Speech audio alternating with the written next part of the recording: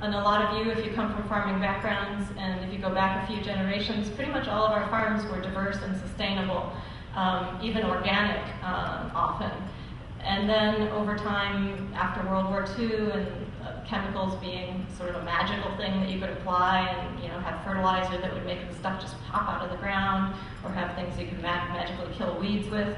That was, it was a wonderful thing, and everyone adopted it. Even, my grandparents adopted it. And that was just the way things seemed to be going. Now, as we have more knowledge, we realize that there's a lot of harmful aspects to that kind of farming, and that there are alternatives. The picture here, I'm sure you're familiar with anhydrous ammonia. I'm going to talk a little more about that, which is a chemical fertilizer, very good source of nitrogen to make plants grow.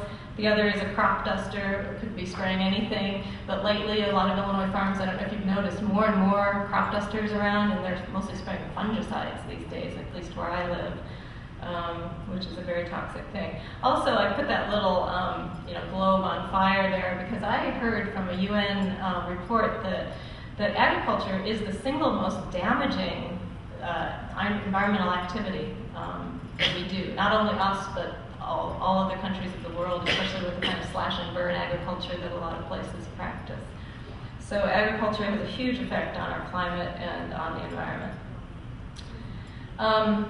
The whole agricultural system right now in this country is basically fossil fuel based everything, and when I ask people about how is it fossil fuel based, they often talk about transportation, which is true. A lot of oil is used to transport things here and there, and for tractors and everything else, machinery. But a lot of people don't realize that synthetic nitrogen fertilizer, this stuff here, is actually also hugely uses natural gas in its formation. And a lot of our anhydrous ammonia now is coming from Trinidad and Tobago. How many people knew that? I mean, so there's a lot of transportation right there. It's manufactured in Trinidad and Tobago, and it comes all the way here. So the question of where your food comes from currently is not even a vast, Illinois cornfield or a North Carolina hog factory. It could be, also you could say it's coming from the Caribbean island nation of Trinidad and Tobago, which is fertilizing all of that corn. There's a really great article about it if you want to read about it on GRIST. How many people know grist.org? GRIST online, it's wonderful. So if you just look it up there, you can find as much information as you want. So these 3 tanks are full of anhydrous ammonia. I took this picture about this time of year in Wisconsin a few years ago. I was up there for a meeting, and I took the picture because I had heard that 2/3 of the application of this nitrogen, which is a very toxic, caustic substance, you can actually be blinded by it if it gets in your eyes. 2 of these 3 tanks is actually runoff. So only one of these tanks actually puts the nitrogen that the plants need in the ground, but you have to apply it all because you don't know how much is going to rain and how much is going to run off. And runoff sounds like a very innocuous thing, but where is it running off?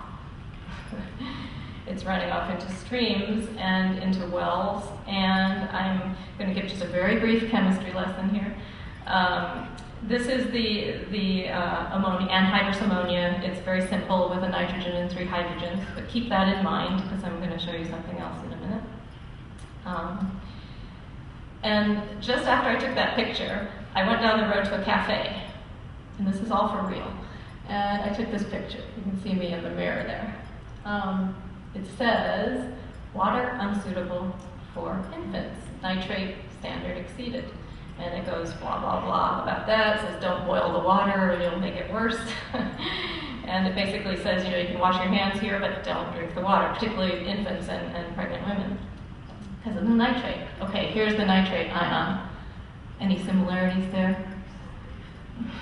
It's a nitrogen with 3 oxygens on it.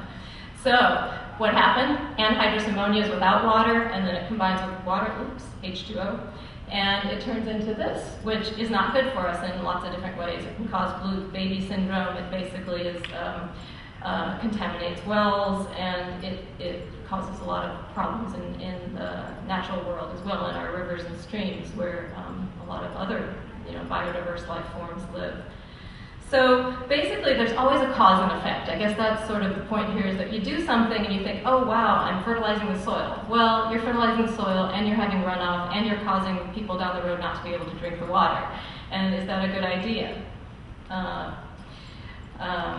Also, all that stuff that's being grown on that land that's fertilized with anhydrous ammonia, what does it turn into? What kind of food? This is from a book, I forget the name of it. It was every single country in the world. These photographers went around and asked a person in that country to empty out their kitchen. And they took a picture of the family and the food that that person ate. And this is actually Britain, but it was the same for the United States. This is England. And it's all very highly processed, high fat, high sugar, high salt foods that mostly come from our industrial corn, soybean manufacturing. It's basically typical junk food. And that's basically the typical American diet that Michael Pollan and other people keep talking about how unhealthy it is, which is true. So that's the story of the fossil fuel-based industrial system of growing plants in general. Here's the industrial way of growing animals. Would you have known there were any animals there? There's not a single sign of animals there. I took this picture in Brittany because in France because you're not allowed to go to these places in America, especially with a camera. I think they actually passed a law in Illinois that says you can't take pictures inside a confined animal feeding operation, which really makes you wonder what they're hiding.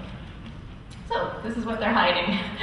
I went inside and I couldn't breathe, and my eyes started to water, my throat started to burn, and my lungs started to burn. And I said to my friend, I gotta get out of here. I said, I can't do this, can't breathe. And you can tell I couldn't hold the camera straight. And she said, no, you gotta come back, you gotta do this, you'll never have an opportunity to do this again. So I went outside, I took a big breath of air, I went back in, and I took a slightly better picture. But this is just the way, this was an egg facility. These are chickens that are laying eggs, and there's row upon row of chickens like a condo, with apartments, and every apartment has about 4 or 5 chickens in it, and then they lay their eggs, and the eggs roll off and get washed and packaged. And this is how food is produced, basically, in this country, because it's quote-unquote efficient, but it's only efficient in the narrowest sense of the word. If you're treating animals like widgets, machines, then it's efficient, but animals are living things, and so are plants. And finally, I got a halfway decent picture on my 3rd try. And this is, these are young chickens in the prime of their life, hens, laying eggs, and every day the woman who was taking care of this had to go through and take out dead chickens and throw them out back. And what was out back? This is what's out back. This is known as a lagoon. This is where all the shit goes, basically. Literally. So this is a system that is very dependent on fossil fuel as well. You have to have that place lighted, you have to have it ventilated, you have a lot of machinery going on, all the conveyor belts and everything that the eggs are going down, the feed is going in.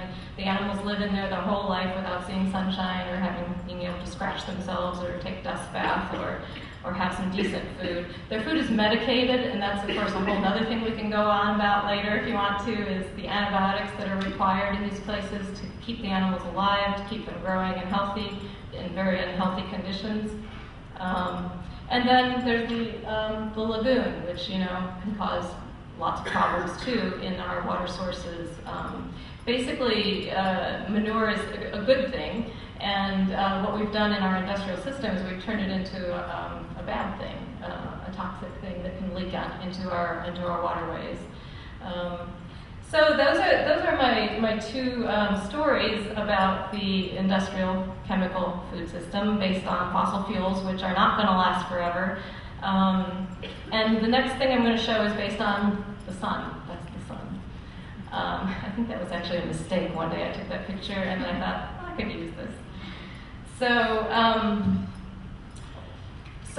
I'm going to show you a few pictures from my brother Henry's farm, because that's what I'm closest to. And his farm is based on the sun, basically, everything. And this is a picture from the top of the hill, actually where Marla and I were. This is what it'll look like later in the season. We walked down through the forest and stood on the top of that hill there looking down over the bottom land. And that's just part of Henry's farm there. You're not seeing the whole thing. That's maybe about 8 acres or so down there.